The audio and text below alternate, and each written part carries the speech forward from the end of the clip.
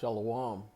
I'd like to start out by giving all glory, praise, and honor to Yahweh Bahasham, Yahweh Shai Bahasham, Rekah Kwadash. Double honors to the elders and apostles of the great millstone, and shalom to the elect of Israel. This is Thamayim in Atlanta, and I found this image today on Reddit, and it reads: The Russian embassy in Ethiopia is flooded with young men volunteering to fight for Russia, inspired by Ethiopian Orthodox Church's call for unity with Orthodox brothers. And here's the image right here, and you can see it's dozens, if not even hundreds, of Ethiopians at the Russian embassy. And so I went to go check and see if this was actually true, and you get it right here. I found a website that goes into it a little bit, and it says that and this article was just printed on April 20th, but they go in to say that they're not doing officially recruiting at the Russian embassy, but I thought that this image really, it goes into prophecy, and it's just a small piece, but it shows that the Ethiopians and the Russians can possibly have an alliance. Even in this article, it says that Ethiopia voted against doing anything to Russia for the invasion of Ukraine.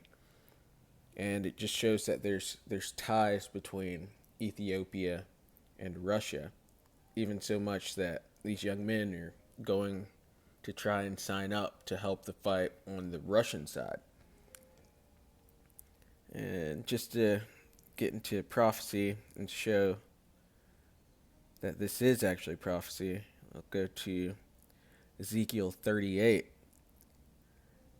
And we'll start at 2. It says, Son of man, set thy face against Gog, the land of Magog, the chief prince of Meshach and Tubal, and prophesy against him.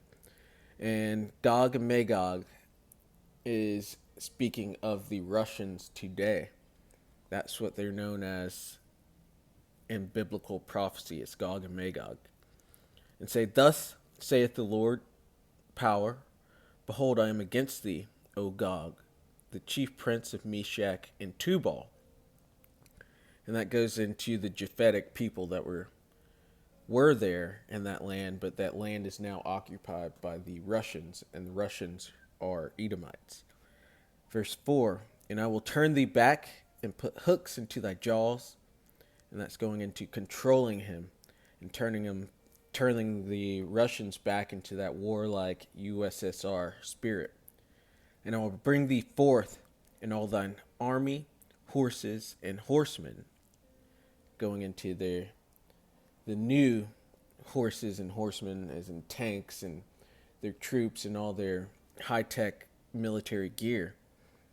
All of them clothed with all sorts of armor, even a great company with bucklers and shields, all of them handling swords. The modern-day sword is the gun, and even bigger, there's the nuclear missiles.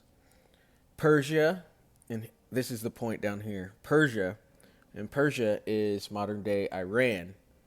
Ethiopia, and that's who we saw in those images, those were Ethiopians. They're one of the few nations whose names weren't actually changed with the covering that's been cast over all nations. Ethiopia has remained Ethiopia. And Libya with them, and that's going into the North African countries. All of them with shield and helmet. Let me continue just a little more. Gomer and all his bands. Gomer goes into Turkey. The house of Togarmah and the north quarters and all his bands, and many people with thee. Verse 7 says, Be thou prepared, and prepare for thyself, thou and all thy company that are assembled unto thee. and be thou a guard unto them.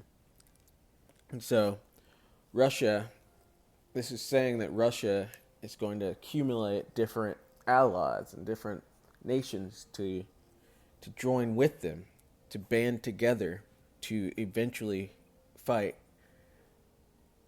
the U.S. of A., which is Babylon the Great within the scriptures. Get to see a little bit more of this go, because it's going to say what they're actually going to do. This is Jeremiah 50:9. It says, "For lo, I will raise and cause to come up against Babylon, the U.S., an assembly of great nations from the north country." And that goes into that assembly that we just read in Ezekiel 38, which is, Russia, Gog and Magog, and Ethiopia and Persia and Gomer, and all that whole company, that assembly of great nations from the north country.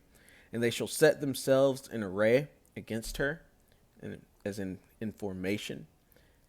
From thence she shall be taken. Their arrows shall be as of a mighty expert man. None shall return in vain. And those arrows go into the nuclear missiles that will be launched onto America. And Chaldea shall be a spoil. All that spoil her shall be satisfied, said the Lord Yahweh. And Chaldea, the Chaldeans were the magician class, the priest class in ancient Babylon.